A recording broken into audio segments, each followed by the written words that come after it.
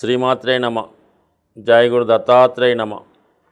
ఈ వీడియోలో మనం తులారాశి వారికి నవంబర్ 16వ తారీఖు నుంచి డిసెంబర్ 15వ తారీఖు మధ్యలో ఏర్పడినటువంటి బుధాదిత్య యోగ ప్రభావం తులారాశి వారి మీద ఏ విధంగా ఉండబోతుంది అన్న విషయాన్ని మనం ఈ వీడియోలో పరిశీలించే ప్రయత్నం చేద్దాం. మరి తులారాశి వారికి బుధుడు శుభగ్రహం, భాగ్యాధిపతిగా, వ్యయాధిపతిగా మరి ధనస్థానంలో ఉన్నాడు. అంటే ఒక విధంగా 2వ స్థానం 12వ స్థానం అన్నవి అవి న్యూట్రల్ స్థానాలు అన్నమాట.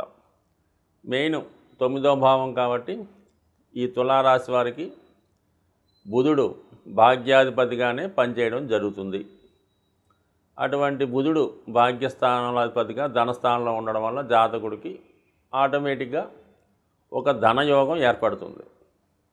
అంటే ఏది బుధుడు వ్యాపారకారకుడు, వాక్కారకుడు, అలాగే సామర్థ్యానికి, టాలెంట్కి, అదృష్టానికి కూడా కారకుడు. అటువంటి కారకుడు ధనస్థానంలో కుటుంబ స్థానంలో ఏర్పడడం వల్ల కుటుంబం యొక్క పేరు ప్రతిష్టలు పెరుగుతాయి. జాతకుడు యొక్క వాక్చాతుర్యంతో తను ధనం సంపాదించడం కానీ, కుటుంబ విషయాలు సరిదిద్దడం కానీ, కుటుంబం యొక్క బాధ్యత తీసుకోవడం కానీ జరిగే అవకాశం ఉన్నది. అంటే మొత్తం మీద కుటుంబంలో శుభకార్యాలు, ఆధ్యాత్మిక కార్యక్రమాలు జరిగే అవకాశం ఉన్నది. సో దీనికి అదనంగా ఏమైంది, రవి ఈ రాశికి రవి లాభాధిపతిగా, ప్రభుత్వ కారకుడు, తండ్రి కారకుడు, యజమాని కారకుడు ధనస్థానంలో ఉన్నాడు. అంటే ఒక విధంగా మీ యొక్క టాలెంట్ రుజువు కావాలన్నా, మీలో ఉన్నటువంటి సామర్థ్యానికి తగిన గుర్తింపు రావాలన్నా రవి కారణం అవుతూ ఉంటాడు. అటువంటి బుధుడు రవి భాగ్య లాభాధిపతులు కలిసి ధనస్థానంలో ఏర్పడడం వల్ల మరి ఈ తులారాశి వారికి ఏర్పడినటువంటి బుధాదిత్య యోగం ఒక ధనయోగంగా, ఒక అదృష్టయోగంగా మారడం జరిగింది. మరి ఈ కారణం వల్ల మరి జాతకుడు ఏ ఫలితాలు పొందగలడంటే ఎక్కువగా మరి విద్యార్థులకి ఇది చాలా గొప్ప అవకాశాన్ని, వాళ్ళలో ఉన్నటువంటి మేధస్సు పెరగడం, తగిన గుర్తింపు రావడం జరుగుతూ ఉంటుంది. అంటే సాధారణంగా కొంతమంది విద్యార్థులకి ఆర్థికపరమైనటువంటి ఇబ్బందులు కారణంగా ఎవరైతే చదువుని తగు విధంగా కొనసాగించలేకపోతుంటారో వారికి ఈ సమయంలో ఒక ఆర్థిక సహకారం లభిస్తూ ఉంటుంది. అది ప్రభుత్వం ద్వారా అవ్వచ్చు, ఏదైనా ఒక ట్రస్ట్ ద్వారా కూడా జరిగే అవకాశం ఉంది.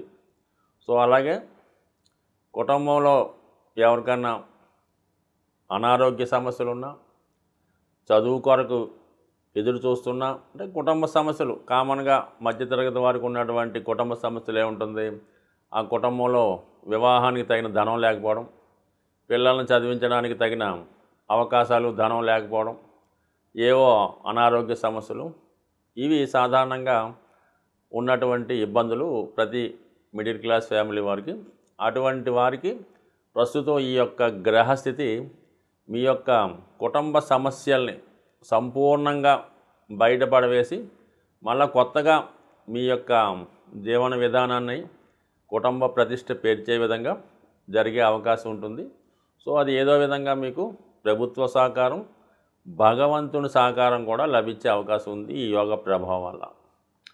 దానికి అదనంగా మరి ఈ ధనస్థానంలో ఉన్నటువంటి ఈ యోగం అష్టమ స్థానంలో ఉన్నటువంటి గురువు పైన, అంటే గురువు బుధుడు ఎప్పుడైతే వీక్షిస్తాడో జాతకుడికి ఎలా ఉంటుందంటే కుటుంబంలో ఆగిపోయినటువంటి శుభకార్యాలు కానీ, చదువులు కానీ ఇవి ఈ సమయంలో ఏర్పడే అవకాశం ఉంది. ముఖ్యంగా రుణ సంబంధించిన సమస్యలు ఏవైనా ఉంటే వాటి నుంచి బయటపడే విధంగా ఈ గ్రహస్థితి అనుకూలిస్తూ ఉన్నది.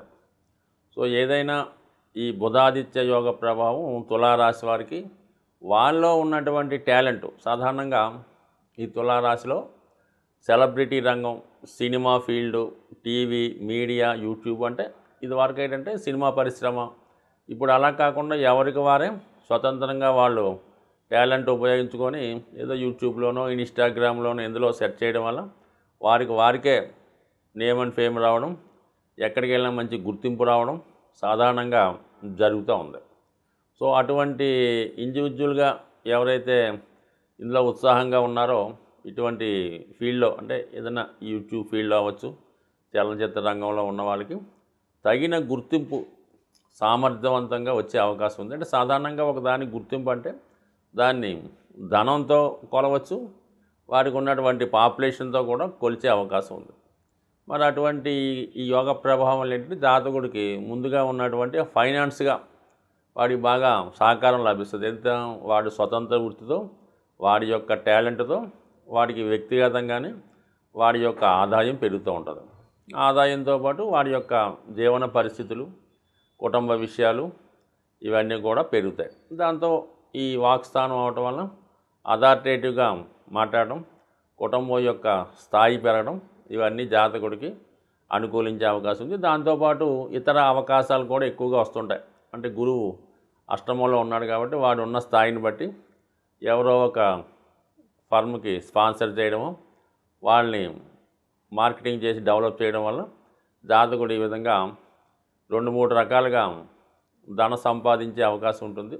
అంటే ఒకేసారి జాతకుడు వెలుగులోకి వచ్చి తన సామర్థ్యాన్ని నిరూపించే విధంగా ఈ యొక్క యోగం జాతకుడికి ఎక్కువగా ఉపయోగపడే అవకాశం చాలా ఎక్కువగా ఉంది.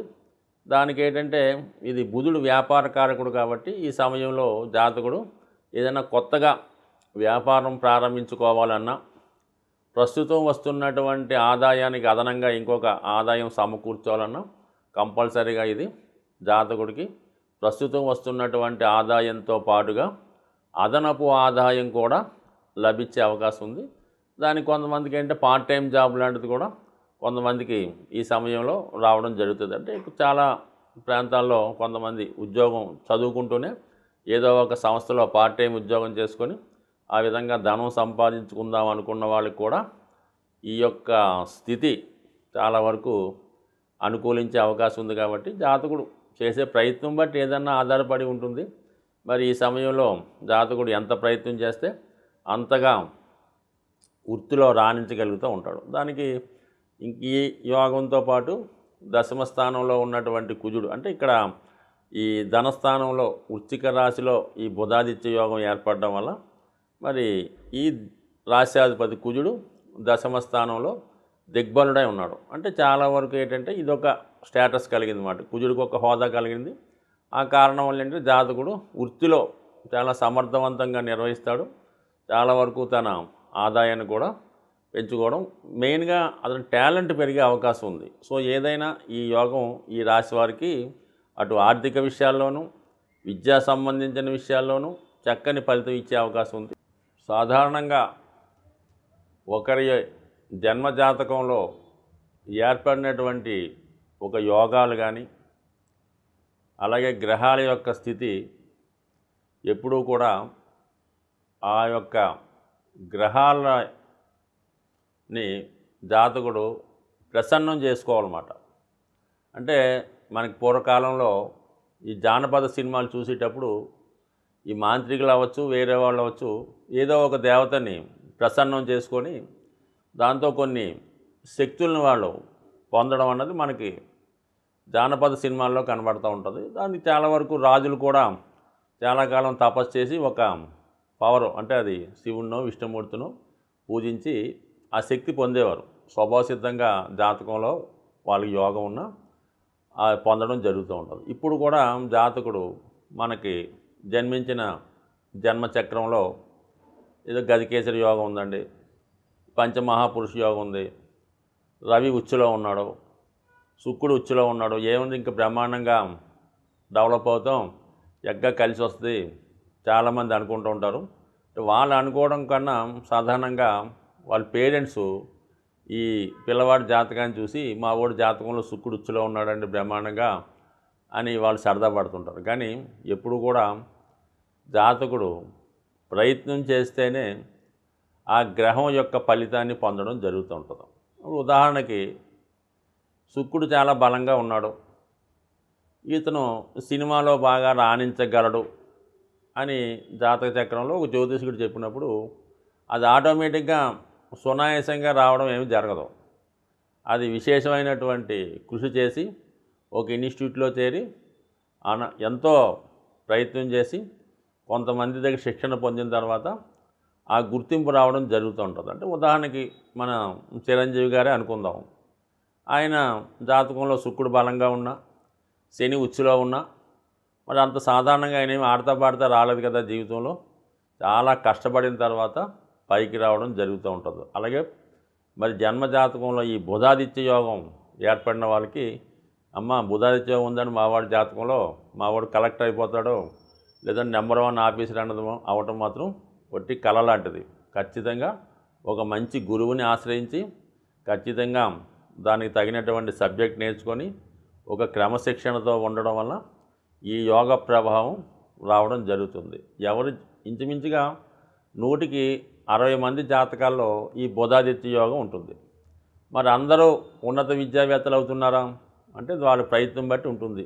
మరి ఖచ్చితంగా ఈ బుధాదిత్య యోగం రాణించాలంటే మరి జాతకుడు ముందుగా సూర్య నమస్కారం, సూర్య ఆరాధన, అంటే ప్రతిరోజు కూడా సూర్య నమస్కారం చేసుకొని సూర్యభగవాన్ని తనకు తెలిసిన విధంగా ఆదిత్య హృదయమో సూర్యాష్టకమో ఏదన్నా సూర్య మంత్రాన్ని చదువుకొని ఆదివారం రోజు చాలా నియమంగా ఉండాలి. అంటే కామన్గా అది ఎన్వి, మద్యం, మందు ఏదో కొన్ని ఉంటాయి కదా, వీటికి దూరంగా ఉండడం అన్నది ఈ యోగం రాణించాలంటే అది రాజకీయ నాయకులకైనా, ప్రభుత్వ ఉద్యోగులకైనా, సాధారణ వాడికైనా ఈ ఆదివార నియమం వల్ల అపారమైనటువంటి శక్తి, రవిబలం కలుగుతూ ఉంటుంది. ఇక బుధుడు మారించాలంటే విష్ణుమూర్తి ఆరాధన, వెంకటేశ్వర స్వామి, విష్ణుమూర్తి, విష్ణు సహస్రనామ పారాయణ ఇవి చేసుకోవడం వల్ల బుధుడు బలవంతుడు అవుతాడు.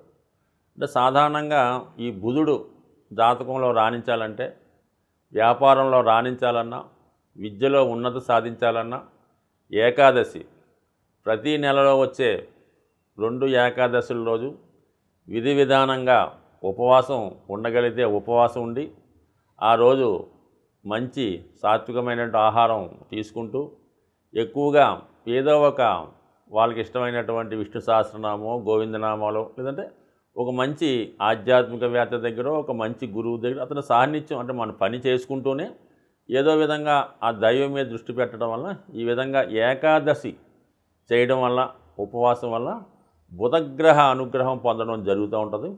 సో ఈ కారణం వల్ల ఇటు సూర్య నమస్కారాలు ఆదివారం చేసుకుంటూ నెలకి 2 సార్లు వచ్చే ఈ ఏకాదశి నియమం పాటించడం ఖచ్చితంగా చేసి చూడండి.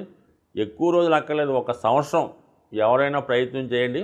వాళ్ళు ఉన్నత స్థితికి ఖచ్చితంగా ఏ స్థాయిలో ఉన్నా ఎదగడం జరుగుతుంది.